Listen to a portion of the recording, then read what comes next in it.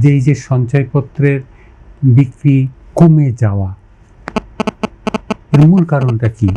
তাহলে আমরা বুঝতে পারবো যে পরবর্তীতে কেন এখন একটু বাড়ছে, তাই না? সেটা আমাদের তখন একটা সম্ভবপর হবে। তাহলে এইটা যদি আমরা দেখি, আপনি দেখেন যে আসলে আমাদের দেশে কি হচ্ছে, বিগত 3 বছরের উপর বেশি সময় ধরে আমাদের কিন্তু মূল্যস্ফীতি কিন্তু বেশ একটা উচ্চ পর্যায়ে রয়ে গেছে। সব মশার বিরুদ্ধে সুরক্ষা দিতে এলো বসুন্ধরা এক্সট্রিম অ্যারোসল, মশার বিরুদ্ধে এক্সট্রিম সুরক্ষা। যার ফলে যেটা হয়েছে, আপনি দেখেন বিশেষ করে যারা মধ্যবিত্ত বা নিম্ন মধ্যবিত্ত বা স্বল্প আয়ের জনগোষ্ঠী, তারা কিন্তু অতীতের এই সঞ্চয়পত্র বলেন বা ব্যাংকের সঞ্চয় বলেন, এগুলো কিন্তু এই অতীত সঞ্চয় থেকে তারা কিন্তু তাদের জীবন ধারণের যে প্রয়োজন, এটা কিন্তু মেটাতে বাধ্য হচ্ছে, যেহেতু মূল্যস্ফীতি অনেক দীর্ঘ।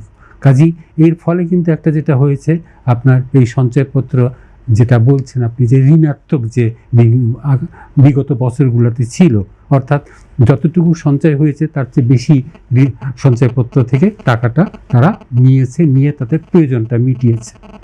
এখন ইদানিংকালে যেটা একটু মানে রিসেন্ট যেটা আপনি বলছেন, যে একটা ধারণা যেটা দেখা যাচ্ছে, যে এই যে ঋণাত্মক, অর্থাৎ সঞ্চয়পত্র ভাঙানোর চেয়ে সঞ্চয়পত্রের যে কম, হ্যাঁ, এইটা আপনার যেটা হয়েছে যে ইদানিংকালে এটা কমে গেছে, তাই না?